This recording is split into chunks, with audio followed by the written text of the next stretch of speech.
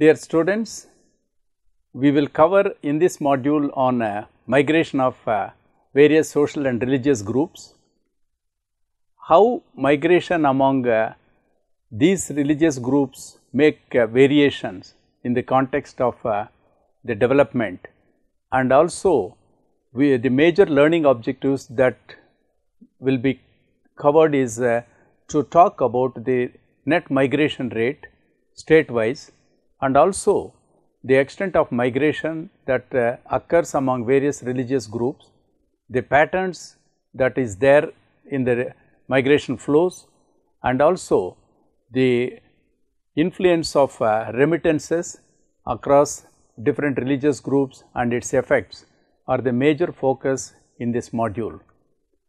When we talk about the flow of migration, the state-wise net migration rate is an important indicator, and the data, when we analyze, it clearly shows a very clear pattern. For instance, the interstate lifetime net migration rate, that is in migration minus out migration by rural and urban areas, if we categorize separately with respect to sex based on the place of birth data from 2001 census, it can give a very clear cut variations across the states. For instance, among the major states in the country, Uttar Pradesh, followed by Bihar, Orissa, Kerala, Tamil Nadu, Rajasthan, Uttaranchal and Andhra Pradesh have recorded net loss of the population of the state as out migration states. The other states, for instance, the state of Maharashtra, Gujarat, West Bengal, Jharkhand, Chhattisgarh, Delhi, Haryana and Punjab, they show as gaining the population as in the in-migration states. Most of the smaller states and union territories such as Chandigarh, Pondicherry, Arunachal Pradesh, Goa and Lakshadweep, they showed net immigration. The state of Assam, for instance, show very low net gain of only 0.1 for males, but net loss of 1.54 millions for females. The data thus clearly reveals the huge variations that exist across these states when we talk about the data on migration.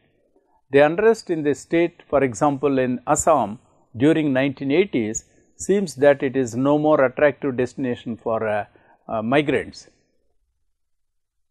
Both rural and urban areas of states of Uttar Pradesh, Uttaranchal, especially urban areas, Bihar, Rajasthan, Orissa and Jharkhand in the case of rural, Kerala for instance urban areas, Tamil Nadu, Andhra Pradesh, Jammu and Kashmir, Himachal Pradesh, rural Chhattisgarh and rural Madhya Pradesh, they have recorded net loss of population when we talk about interstate migration. The urban areas of Madhya Pradesh, Chhattisgarh, Jharkhand and West Bengal, they showed net in-migration, while rural part of these states show net out-migration. The table clearly provides the huge variations that exist state-wise when we focus on lifetime net migration rate separately for rural and urban areas, and also within each area with respect to sex based on the 2001 census, which have been worked out by taking migration from place of birth as a criterion. In 2001, first time census data are tabulated for the social groups such as scheduled castes and scheduled tribes in the country. The migration level among scheduled castes and scheduled tribes indicate that about 25.3% of scheduled castes and 25.4% of the scheduled tribes have reported as migrants within the state based on place of last residence. It may be remembered that the information on interstate movements of scheduled castes and scheduled tribes, they were not published by census authorities, and therefore the incidence of migration of these two groups cannot be ascertained.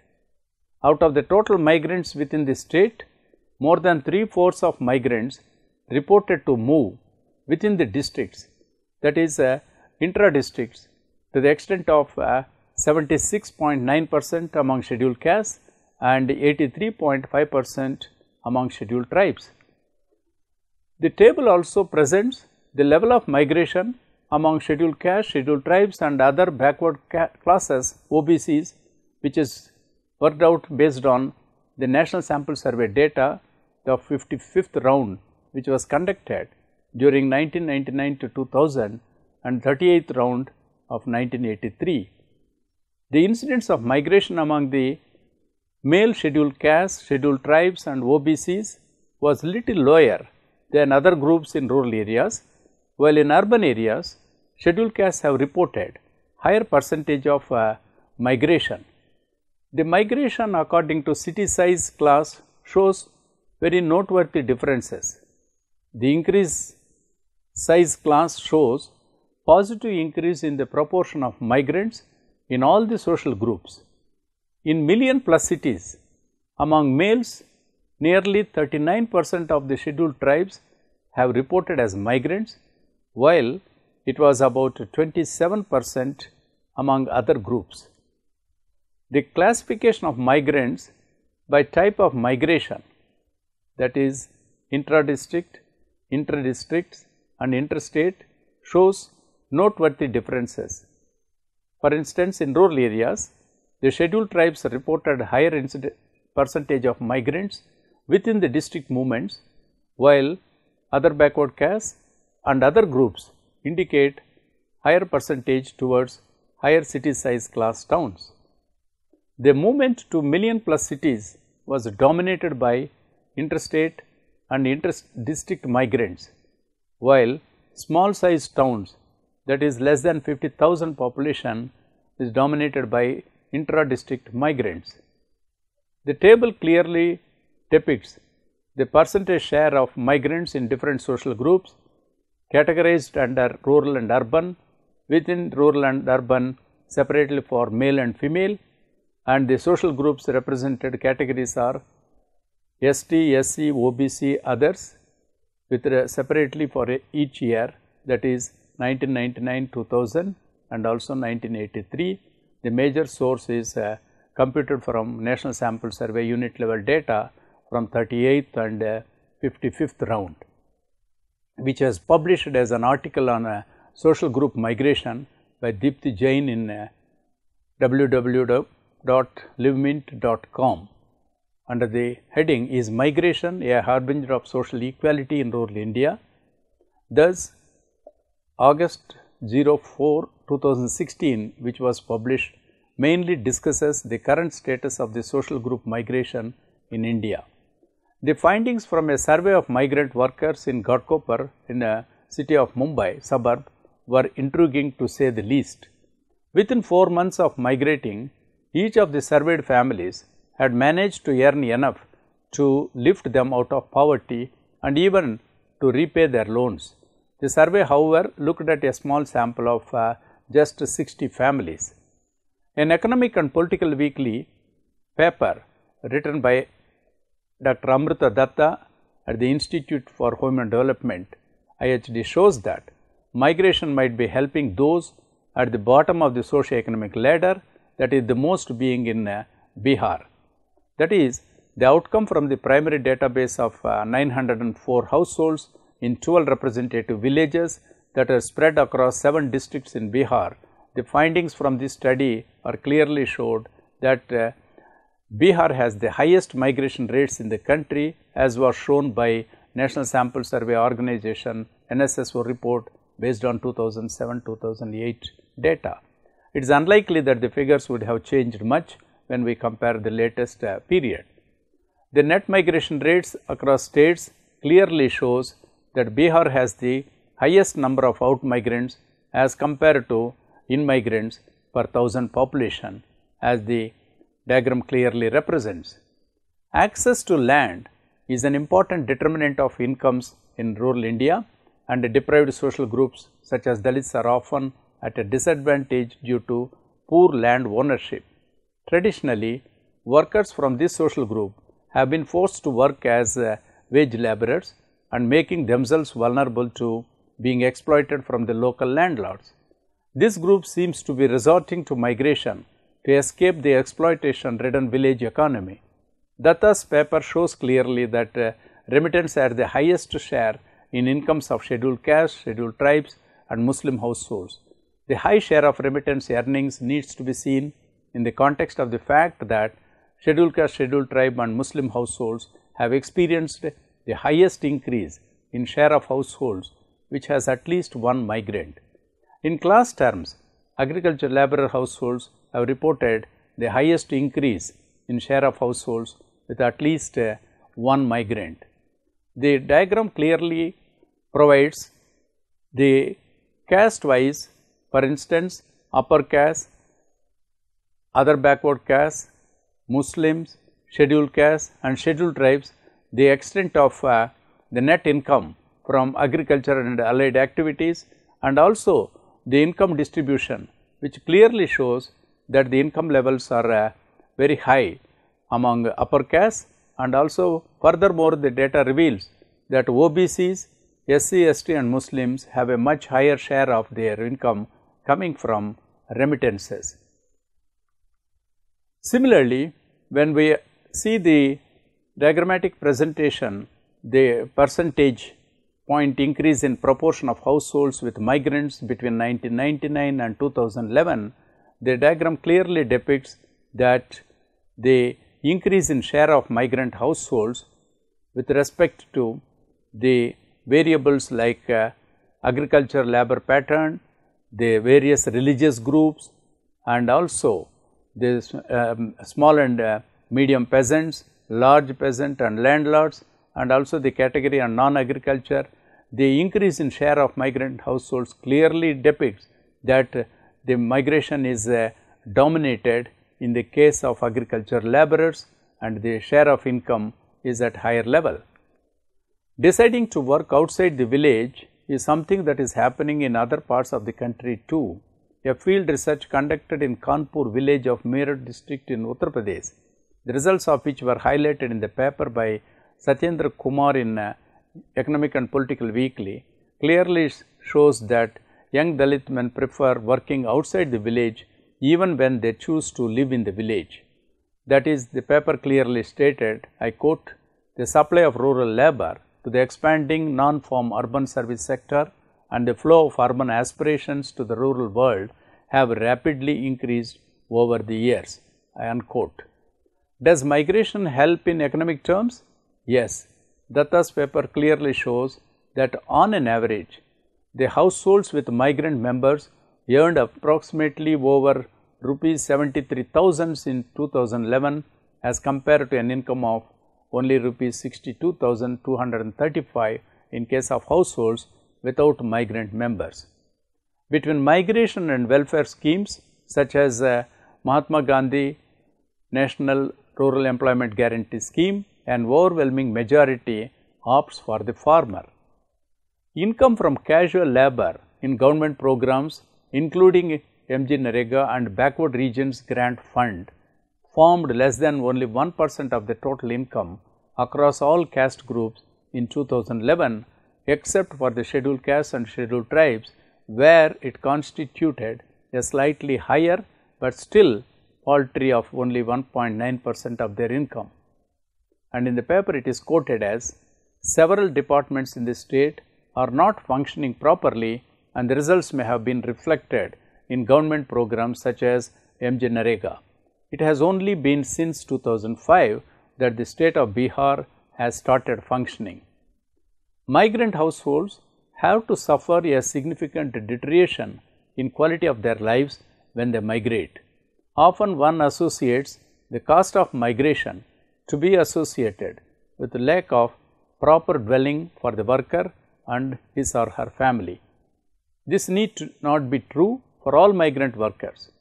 In fact, a comparison of average housing amenities in rural India and urban slums shows that the latter might be better off than the former. The figure provides data on the living conditions in rural households versus urban slums. The comparison with respect to the household conditions clearly shows that, for instance, those who perceived that they have a good housing condition are relatively lower in rural areas to the extent of only 45.90, whereas in the case of slums it is as high as 58.40. Livable constitutes in rural areas 47.6, whereas in the case of slums it has come down to 37.6. Dilapidated housing condition is relatively higher in the case of rural areas, as reported to be 6.5%, whereas in the case of urban slums it is only 4.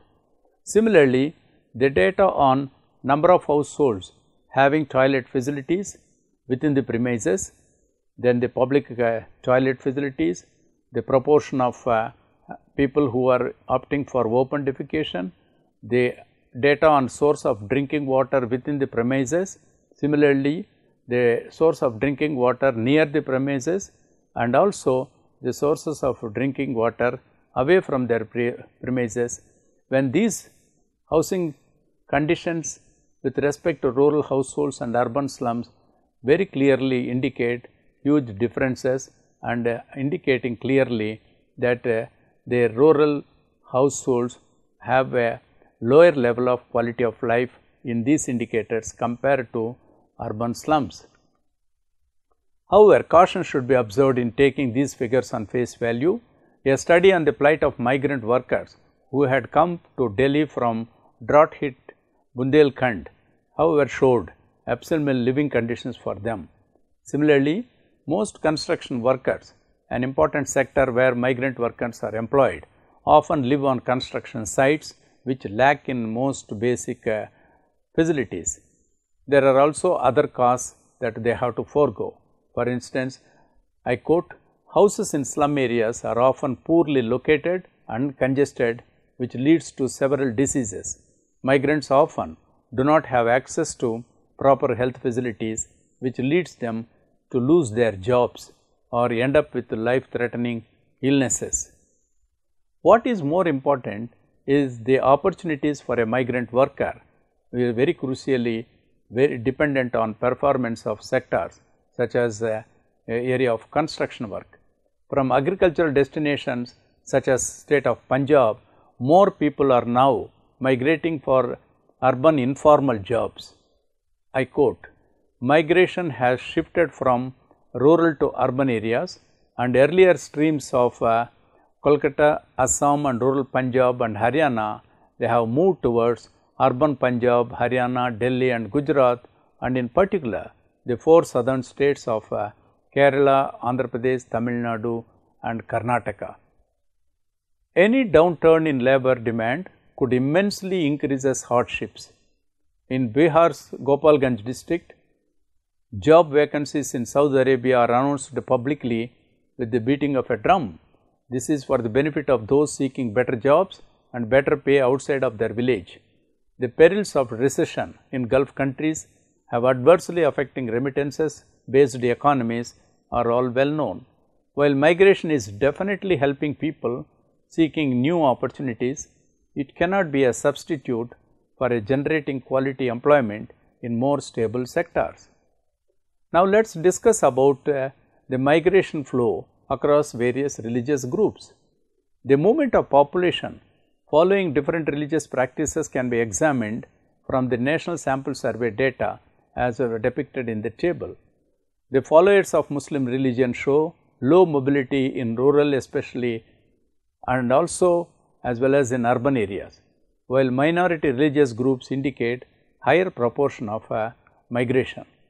The mobility among male migrant religious groups have declined during the period 1999-2000 when we compare with 1983 rural areas, while female migrants show considerable increase in their mobility in both rural and urban areas.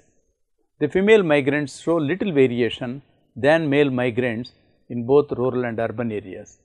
The table depicts the percentage of migrants across different religious groups presented separately for rural and urban areas.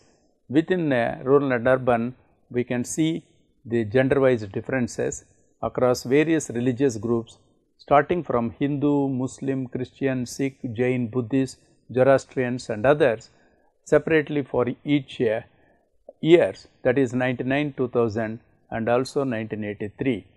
The source for this data, which has been computed from National Sample Survey unit level data of 38th and 55th round, clearly reveals the major variations across these religious groups. That by religion and migration, they are two sides of the same coin. There are many reasons why people migrate. The factors like war, violence, persecution and political instability, they are also one aspect, while the other aspects like economic reasons, which are often underestimated, especially in countries like Germany, make millions of people leave their families and friends behind to build new lives in other countries.